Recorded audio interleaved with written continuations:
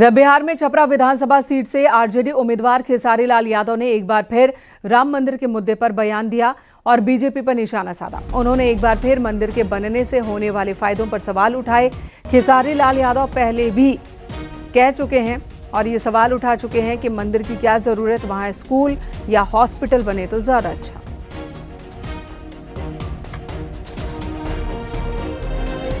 आप राम मंदिर को लेकर ही वोट मांगते हो तो मैं मस्जिद पर टिप्पणी क्यों करूं? मेरे कहने का मतलब कि राम मंदिर बनाना जरूरी है, बट क्या अस्पताल बनाना जरूरी नहीं है? रोजी रोजगार जरूरी नहीं है? शिक्षा जरूरी नहीं है? रोजी रोजगार के लिए ट्रंप को वोट करने जाएंगे हम कि आप ही को करेंगे? आप ही को किए हैं। मैं ये कह रहा हूं कि आप बनाइए, दुनिया में सारे हर जगह मंदिर बना दीजिए, लेकिन मंदिर से हमारे बच्चों का भविष्य तय हो जाएगा। मंदिर से अगर हमारे बच्चों का भविष्य तय होता है तो मैं चाहता हूं कि आप 200 मंदिर बिहार में बना डालिए और आप एक बच्चे का भविष्य तय करके बता दीजिए और दिखा दीजिए कि आपने कितने बच्चों का भविष्य उस मंदिर से किया है। मुझे कोई दुख नहीं है और ना ही मुझे कोई तकलीफ है। मैं कह रहा हूं अब बनाओ। भगवान दिल में होता है, श्रद्धा में होता है, मंदिर में सिर्फ एक मूर्ति होती है। तो मंदिर में सिर्फ एक मूर्ति होती है, भगवान दिल में है, श्रद्धा में है। चुनाव की बारी आई और खुद चुनाव मैदान में है तो जिस पार्टी से उस पार्टी की विचारधारा के हिसाब से प्रचार कर रहे हैं खेसारी लाल यादव, मंदिर पर एक बार फिर से सवाल उठा रहे हैं। लेकिन जब बात वक्फ बोर्ड की होती है तो उनका जवाब होता है कि मुझे इस बारे में पता नहीं है। आरजेडी के नेता तेजस्वी ने यह वादा किया है चुनाव के दौरान कि अगर उनकी सरकार बनती है तो वक्फ बोर्ड को लेकर जो वक्फ कानून आया है उसे वो पूरी तरह से खत्म कर देंगे। इस मसले पर वो कुछ कह नहीं पाते, लेकिन मंदिर को लेकर जरूर बयान देते नजर आ रहे हैं। जहां भी जा रहे हैं वहां मंदिर पर सवाल उठा रहे हैं, खासकर अयोध्या में राम मंदिर का।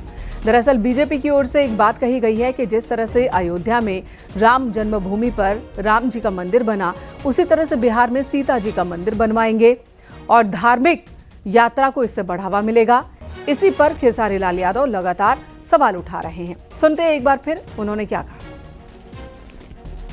आप राम मंदिर को लेकर ही वोट मांगते हो तो मैं मस्जिद पर टिप्पणी क्यों करूं?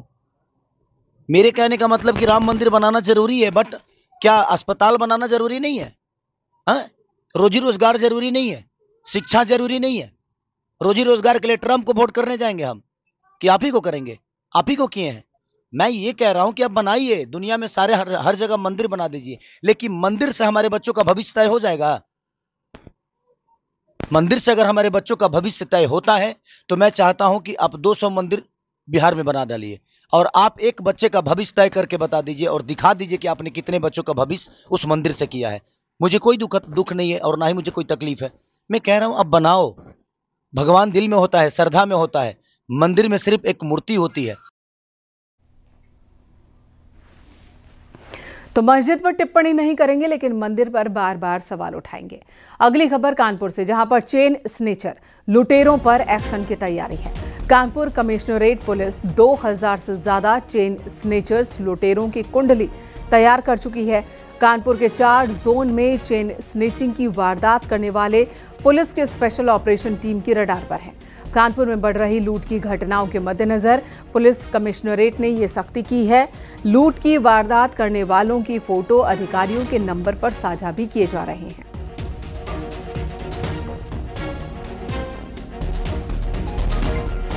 अमित गंजू हमारे सहयोगी इस वक्त हमारे साथ फोनलाइन पर मौजूद है। अमित, इन चेन स्नेचर्स ने क्या इस कदर परेशान किया है कानपुर पुलिस को कि अलग से योजना बनाई जा रही है अभियान चलाने को लेकर?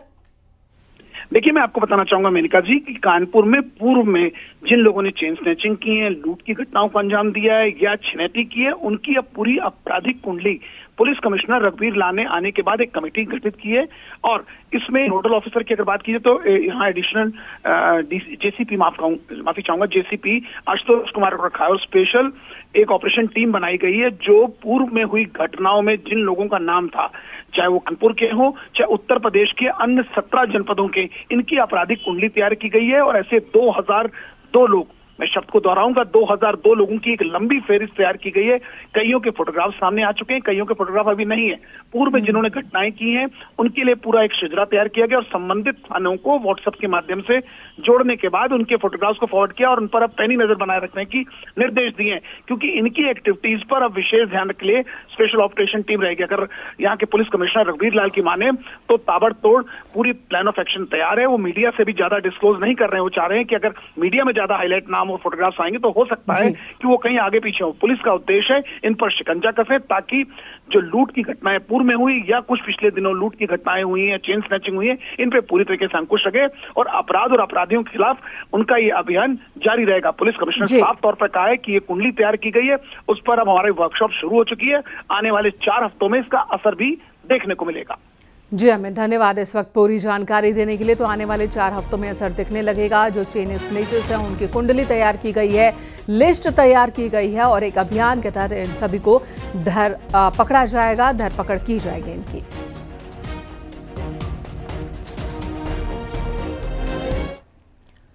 उधर बलिया में सोने के कारोबारी से लूट, गहने और पैसे से भरा बैग लेकर फरार हो गए 3 नकाबपोश।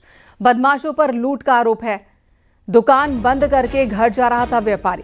पुलिस इस वक्त इस मामले की जांच कर रही है। गढ़वाड़ थाने के रतसड़ पंचखेरा मार्ग की ये घटना है, जहां पर आरोप है कि 3 नकाबपोश बदमाशों ने कारोबारी से पैसे और उनके गहने लूट लिए और भाग गए।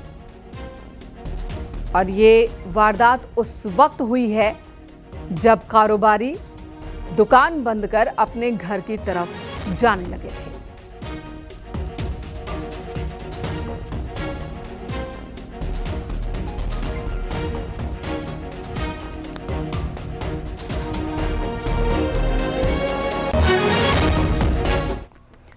गोरखपुर डिवीजन से दीपावली और छठ पर्व के मौके पर चलाई गई अतिरिक्त बसों से परिवहन निगम को 13 दिन के अंदर लगभग 15 करोड़ 21 लाख का इजाफा हुआ, जो पिछले साल के मुकाबले 10% ज्यादा है। दीपावली छठ पर्व के मौके पर यात्रियों की सुविधा के लिए दिल्ली, कानपुर, लखनऊ जैसी लंबी दूरी के लिए अतिरिक्त बसों का संचालन किया गया था। लोकल स्तर पर 500 बसें चलाई गई थी, साथ ही बसों के फेरे भी बढ़ाए गए थे। आरएम गोरखपुर के मुताबिक इस बार दीपावली और छठ पर्व पर यात्रियों की आवाजाही ज्यादा रही, जिससे निगम की इनकम में भी इजाफा हुआ। सामान्य दिनों में गोरखपुर डिवीजन से जहां 90 लाख प्रतिदिन की आय होती है, वहीं दीपावली और छठ महापर्व पर ये बढ़कर 1 करोड़ 20 लाख रुपए प्रतिदिन हो गए। दिवाली और छठ के लिए हम लोग के जो इंतजाम थे वो पूरे लगभग हम लोगों ने एक पीरियड डिसाइडेड था हमारा 13 दिन का। उसमें हम लोग की पूरी जो योजना थी उसके हिसाब से हम लोगों ने अरेंजमेंट किया था। अगर हम लोग विगत वर्ष से इसकी तुलना करें तो हम लोग को जो अतिरिक्त हमारा राजस्व अर्जित हुआ है वो लगभग 2 करोड़, जो पिछले साल से 10% ज़्यादा है। कुल हमारा जो इस पीरियड में राजस्व अर्जित हुआ है पूरे परिक्षेत्र में वो 15 करोड़ 21 लाख रुपए हुआ है। इजाफा हुआ है। हाँ, ये 10% का लास्ट ईयर के अगेंस्ट में इजाफा है। खबर बुलंदशहर से। दावत के खाने में थूक लगाने के आरोपी को पुलिस ने गिरफ्तार किया, जेल भेजा है। शादी समारोह के दौरान थूक लगाकर वो रोटी बना रहा था। दानिश इसका नाम है, जिसका वीडियो गांव के ही लोगों ने बनाया।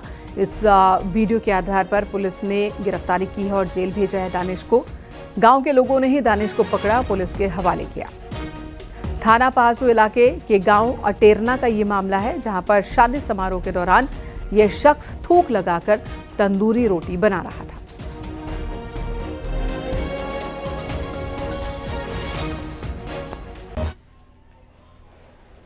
खबर इटावा से, जहां पर फॉर्म नहीं भरने वाले किसान प्रधानमंत्री सम्मान निधि से वंचित हो सकते हैं। यहां तकरीबन 1,34,000 किसानों ने फॉर्म नहीं भरा है। ऐसे में ये किसान प्रधानमंत्री सम्मान निधि योजना के लाभ से वंचित हो सकते हैं।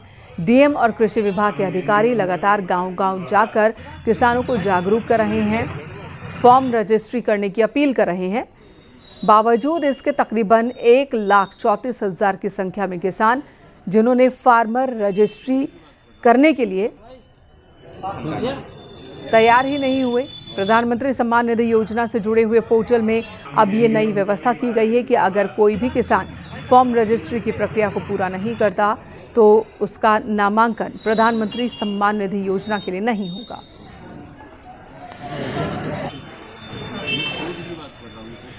तो बिना फार्म रजिस्ट्री के किसान सम्मान निधि के लिए नहीं कर सकते।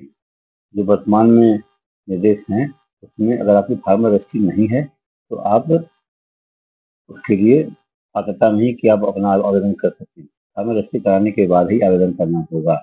और ऐसा सुनने में आया है, जो निर्देश उत्तर से आ रहे हैं, कि अगर भविष्य में जिसकी फार्म रजिस्ट्री नहीं होगी उसे हो सकता है कि सम्मान निधि रोक दी जाए। संभावना ये है, और जब तक वो नहीं कराएंगे तब तक पूरे किसान नहीं माने जाएंगे। इसका मतलब अगर नहीं करा रहे हैं तो उनको किसान न माना जाए, ऐसी बात है।